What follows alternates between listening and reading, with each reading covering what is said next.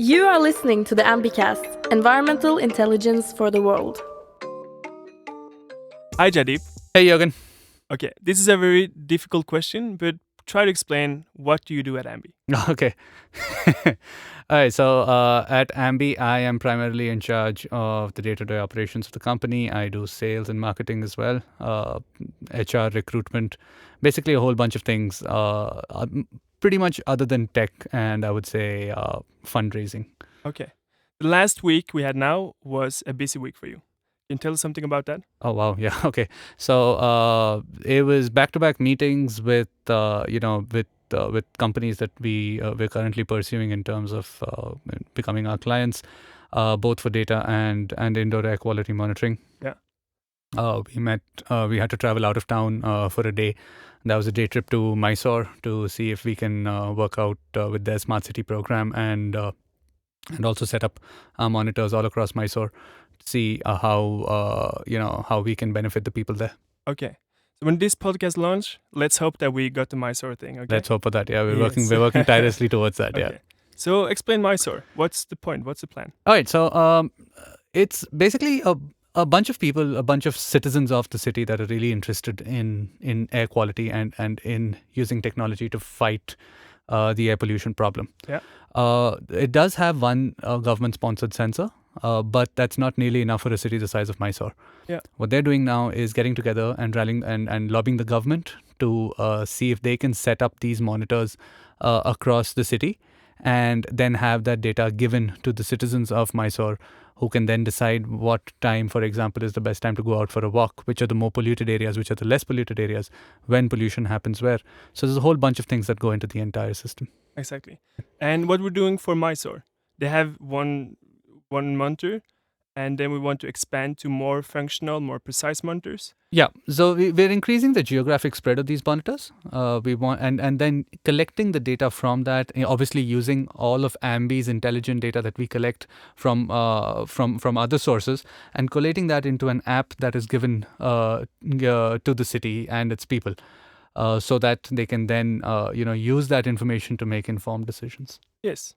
And this can and will be done in many other cities. That is the plan. Yes. Yes. Not just in India, but across the globe. So tell me, why is outdoors air quality monitoring so important? You see, the sort of analogy that I give a lot of people now is you have a fever, Yeah. right? But you don't know exactly what kind of fever it is. And before you take a random medicine, you have to diagnose what the problem is. At Ambee, that's what we do. Yeah. We diagnose air pollution for a city. We diagnose the city's air quality problem. To say that there's air pollution is a very sweeping statement. Yeah. But what kind of air pollution actually exists in that city? Yeah. Right? Is it air pollution because of construction? Is it air pollution because of garbage burning? Is it air pollution because of traffic? At Ambee, we understand all of that and then allow for cities to make informed decisions on how they can tackle that air pollution. That's Yes. at the city level. Hmm. At the individual level, when is the best time to take a young toddler out for a walk? Hmm. When is the best time for someone who's an asthmatic to go out and not get affected by the air? Those are the individual use cases that motivate us every day. So let's say you live in a city that's polluted. Mhm. How much can you do to prevent yourself from all the negative effects from the pollution? Oh, there's a whole bunch of things that you can do if you have the information. Yeah. Right from wearing a mask. In a lot of Delhi, practically the whole of Delhi does that during the winter seasons. Yeah. They wear a mask when they go out. To getting an air purifier at home. To something as simple as planting the right trees in your house. Indoor plants really help reduce certain kinds of pollutants as well. So there are multiple ways by which you can tackle this problem. For offices, for example, we've seen ridiculously high carbon dioxide levels in some of the places that we are working. And this reduces employee productivity. Yeah. So we tell those companies, hey, you know what? We've seen CO2 levels spike in these areas, and this is where you need to, either ventilate the area or reduce the number of people there, or increase the output of your HVAC systems. Those are the ways in which we try and get them to adjust the carbon dioxide levels and lead to a healthier employee workforce. Yes. You're speaking about indoors air quality monitors in offices. So tell me about how the results has been this far from our clients. Oh, brilliant! Yeah. Absolutely brilliant. We've seen a reduction of close to 40% in some pollutants for some of our clients. Yeah. Basis purely, just small alterations. In one client's case, we sent out alerts when carbon dioxide levels were reaching dangerously high levels in a couple of their offices. They immediately ventilated the rooms, and the CO2 levels went back down to a normal state. So, and in another case where we're working with actually an air purification company to give a combined solution to a client, they are actually we've seen more than a 50% reduction in carbon dioxide levels in one of their offices. Yes. So that's been a pretty amazing experience so far. And those results, they translate into more productivity, better. The people feel better, right? Absolutely, more productivity, a more motivated workforce. When you know that your employer cares about you to the point that they try and understand the kind of air that you are breathing and try and make sure that you're breathing good air, that would motivate anyone to get up and go to office on a daily basis. And that, I think, is a real game changer. And honestly, I foresee that as becoming a mainstay all over the world in the not too distant future.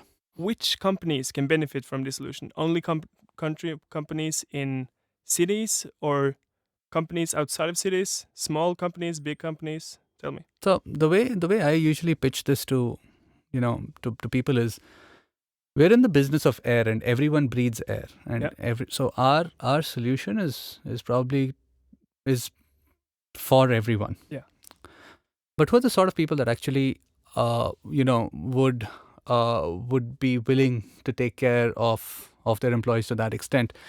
We find that right now it's the larger companies, because smaller companies have sort of an existential crisis right now. Like they're more concerned about trying to ensure that their employees get up and get to work. Air quality is much lower down in their in their list of things to do. It's if they'd want to do something, they'd probably have a free lunch or pay for lunch for those employees on a daily basis. So we think that the large MNCs are definitely keen in taking this up. Our outreach and our results have shown that this is actually the case, and that's how things are progressing. So yeah. That's great. So right now it's the larger companies in the big cities, in the metro cities. But in not very long from now, we see this permeating into a much into a much more granular tier 2, tier 3 city market as well. Yes. So everyone breathes air, as you're saying. Absolutely. Yes. Solutions. Everyone alive breathes air. We're trying to actually seriously keep people alive so they can breathe air. Yes. Yes. Yeah. So outdoors air quality data. What's the problem with the current solutions that we are trying to build a better outdoor air quality network? Yeah. So, like I said, right. This again brings me back to the thermometer analogy. Yeah. Before you know exactly what kind of fever you have, you need to go visit a doctor. You need to understand, that whether it's a common fever, whether it's a cold, whether it's dengue, it could be anything. A doctor will tell you that. A diagnostic test will tell you that. Right now, you could say that we have one thermometer for the entire city of Bangalore. We're trying to change that at Ambee. We are trying to increase the number of sensors that tell you exactly the kind of air quality that exists, so that cities can make informed decisions. So that tomorrow, if you're a pharma company that's doing medical research in trying to understand what sort of drugs will work in certain markets and what sort of drugs won't, if you are someone who's conducting other forms of medical research. The University of Chicago, for example, has this thing called EPIC, which does air quality research in India and comes up with this system called the Air Quality Life Index, according to which, if you live in Delhi, if you just live in New Delhi, your life expectancy goes down by 9 years. Yes. Right? That's a big number. Yeah. That has a direct effect on public services, on hospital services, on the kind of hospital services, on medicines, on insurance. Yeah. Everything is linked to life in more ways than one.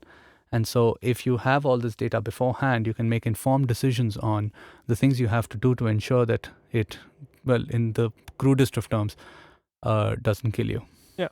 So one thing is that the air pollution that already exists doesn't kill you. Yeah. The other thing is reducing the actual air pollution. Absolutely. How do we want to help making that happen?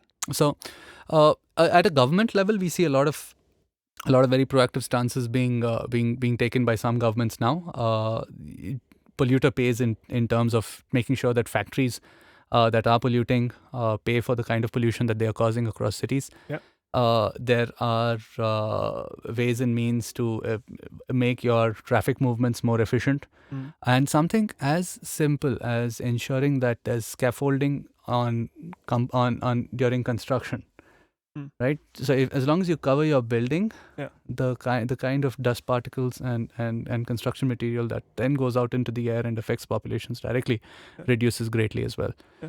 So all these things combined lead to a healthier, population that is less susceptible to all those nasty cancers than a population that.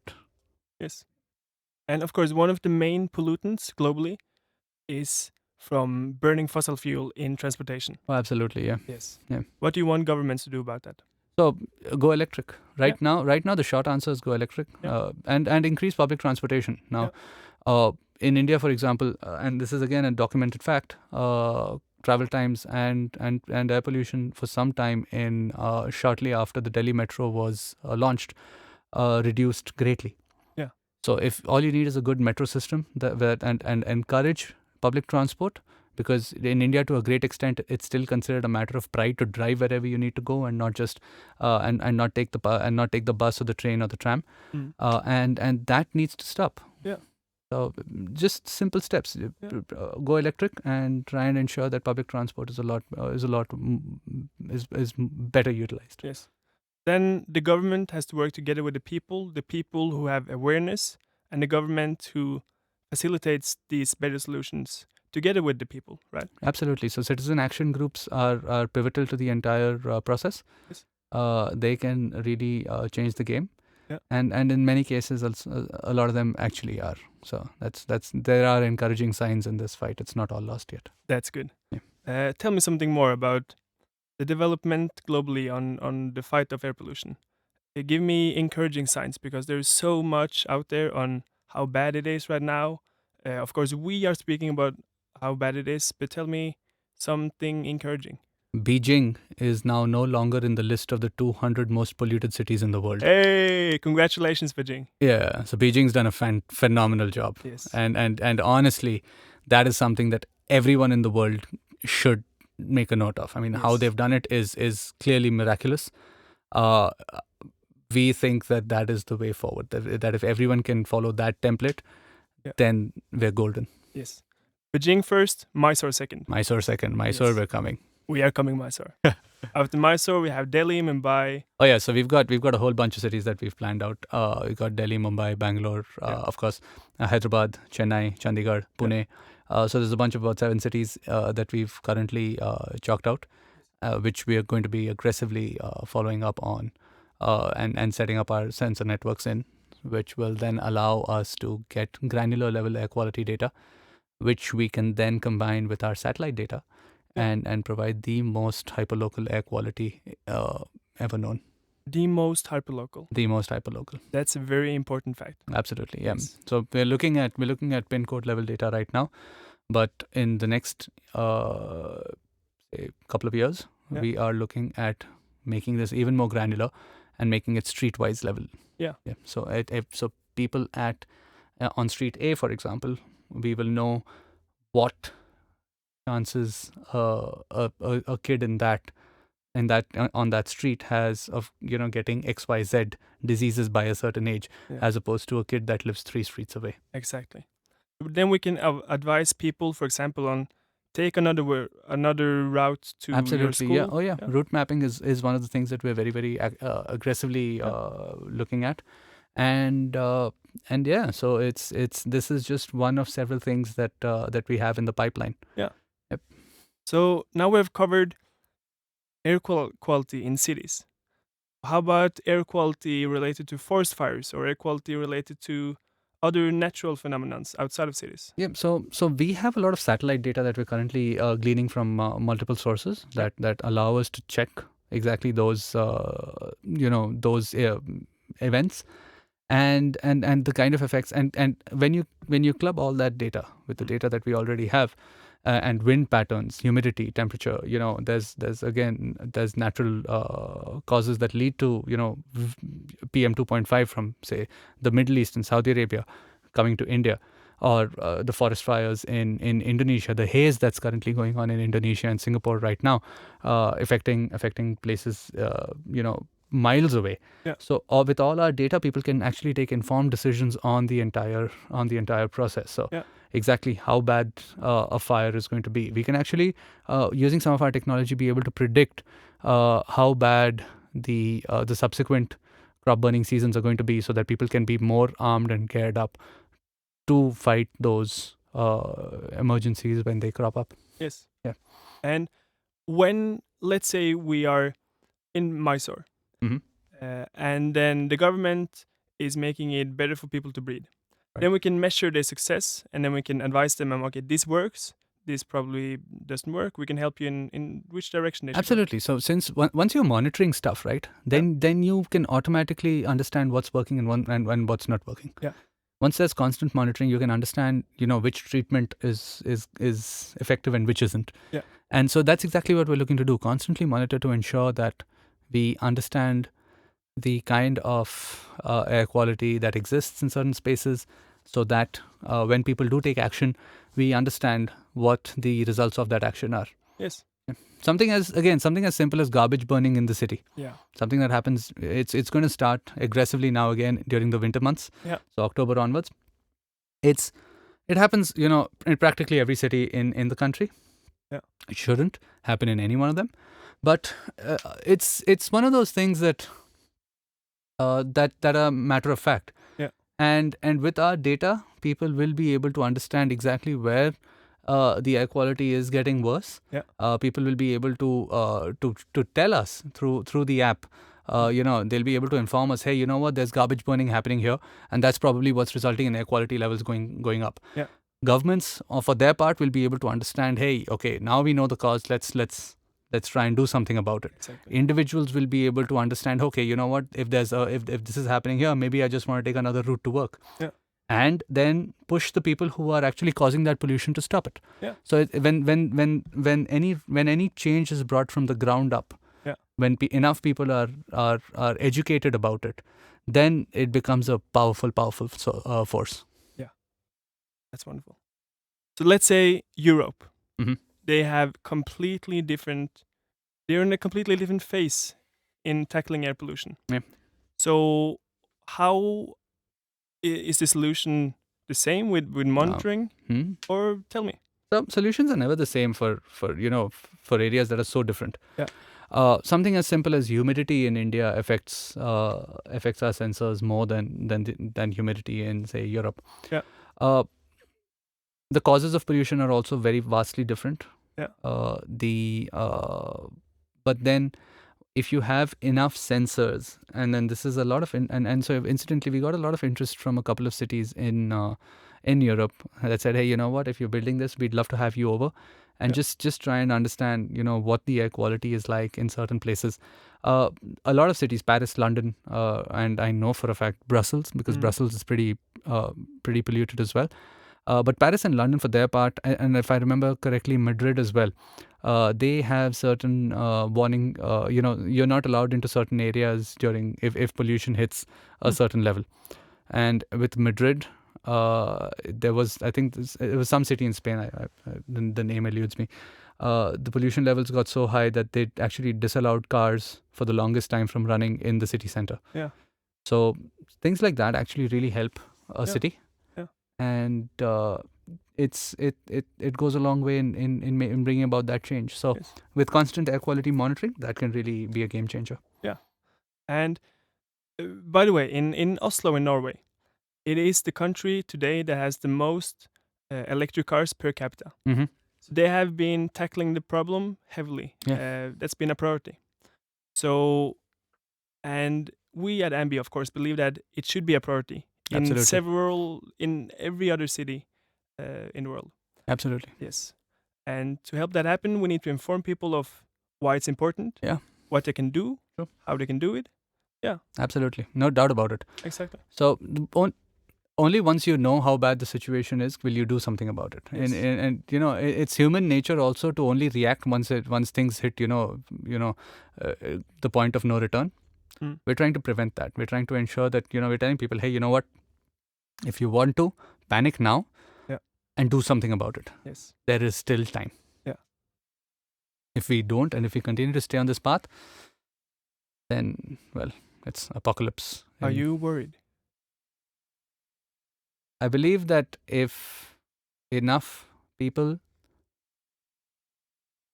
understand what we're trying to do Yeah. and join us, Yes.